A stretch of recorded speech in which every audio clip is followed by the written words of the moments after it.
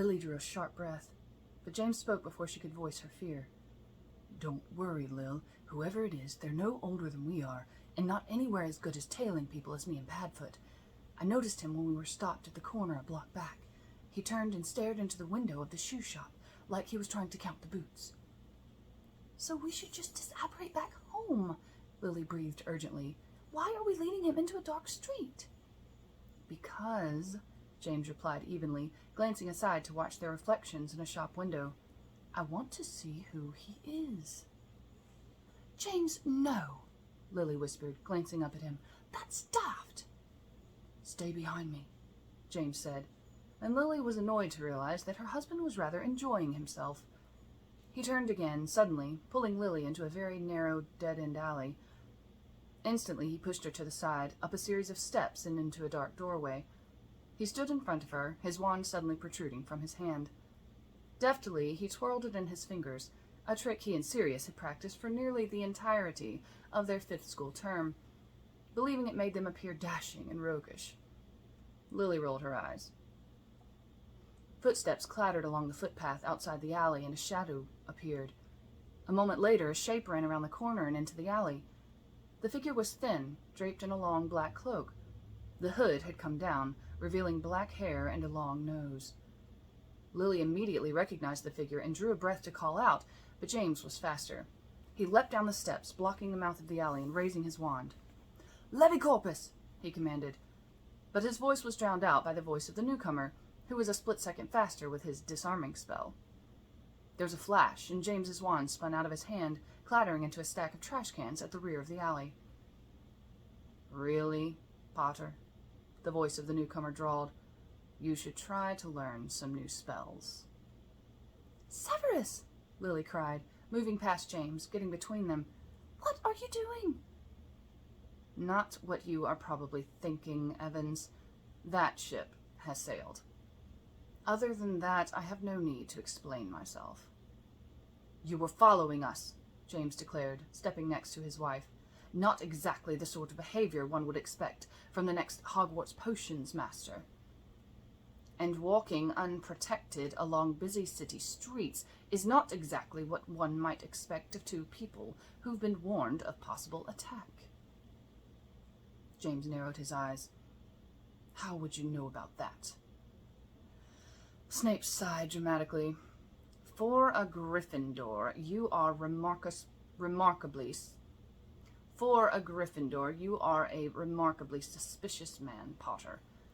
Indeed, as the next potions master, I have been invited into certain confidences. Let's leave it at that." Lily studied Snape's eyes. "But, Severus, why were you following us?" Snape met Lily's gaze for a moment, and then looked away, lowering his wand. He seemed to struggle with himself for a moment, and then gestured at James, glaring at him. "Because, Evans, this man you have attached yourself to is too arrogant and foolish to believe that anyone can touch him. He cannot protect you, and if he won't fulfill that duty, then someone must." "That's it," James said quietly. "I've heard enough. Come on, Lil." "Severus," Lily said quietly, taking a step closer to the dark figure. "What do you know about this? You know more than you are letting on, don't you? I can tell." Lil, you can't trust him," James said, tugging on her elbow. "For all we know, he's in it waist deep with those who are against us." Snape looked away again.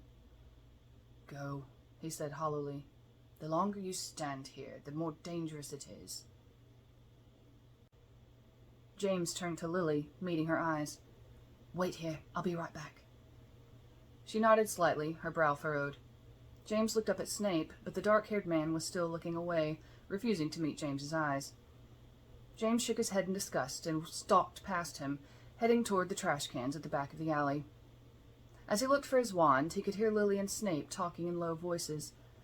Snape was certainly a greasy git, but in spite of everything, James was quite certain he was harmless.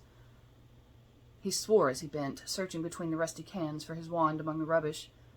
He finally found it wedged into a corner atop a moldy newspaper. He grabbed it and wiped it on his jeans as he walked back toward the mouth of the alley. He stopped suddenly and looked up, examining the buildings on either side of him. Slowly, he turned and looked back toward the dead end. A smile came over his face. "I knew this alley looked familiar," he said to himself. He'd have to tell Sirius about it when he got back to the house. How long ago had it been since that fateful night? 4, 5 years? Impossible. Sirius would likely laugh and ask if his motorbike tracks were still burnt onto the pavement. Remus wouldn't be amused, though. He was the superstitious sort. Probably it was part of what he called his curse. Being cornered in the same alley by the Muggle police at one time and Snivelus at another was a sort of cosmic coincidence that Remus would find portentous. James decided he'd tell him anyway. "Let's go, Lil," he said, approaching her and keeping his back to Snape. "The others will be waiting. Last time we left the baby with Remus and Pettigrew, they tried to feed him a bowl of mashed every flavor beans." "James," Lily said quietly, her eyes still on Snape, "Severus has nowhere to go for Christmas." James stopped and looked at her. "You can't be serious," he muttered. "You really can't." "I am, you great brute, and I know you'll do the right thing." James drew a huge sigh and looked over his shoulder. Snape had pocketed his wand and raised his hood again. As James watched, Snape walked past him, heading out onto the street. "Hey, Severus," James called, struggling to keep his voice even. Sorry about trying to jinx you. Maybe you really are just trying to help.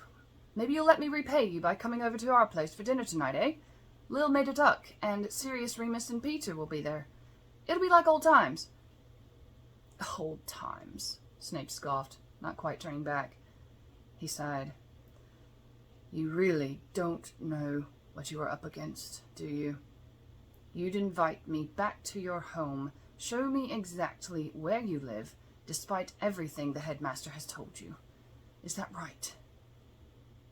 "Well," James replied, his face darkening a bit, "if you're trying to tell me you aren't trustworthy after all, I'm trying to tell you that no one is trustworthy, Potter. Not now. You have Dumbledore, and you have your circle. Let us hope that you have chosen your friends well, although I have my doubts. But you must understand that those who are seeking you will stop at nothing. They will not think twice about killing or torturing. Until you grasp the very real peril you are in, you will continue to make it easy for those who seek to destroy you.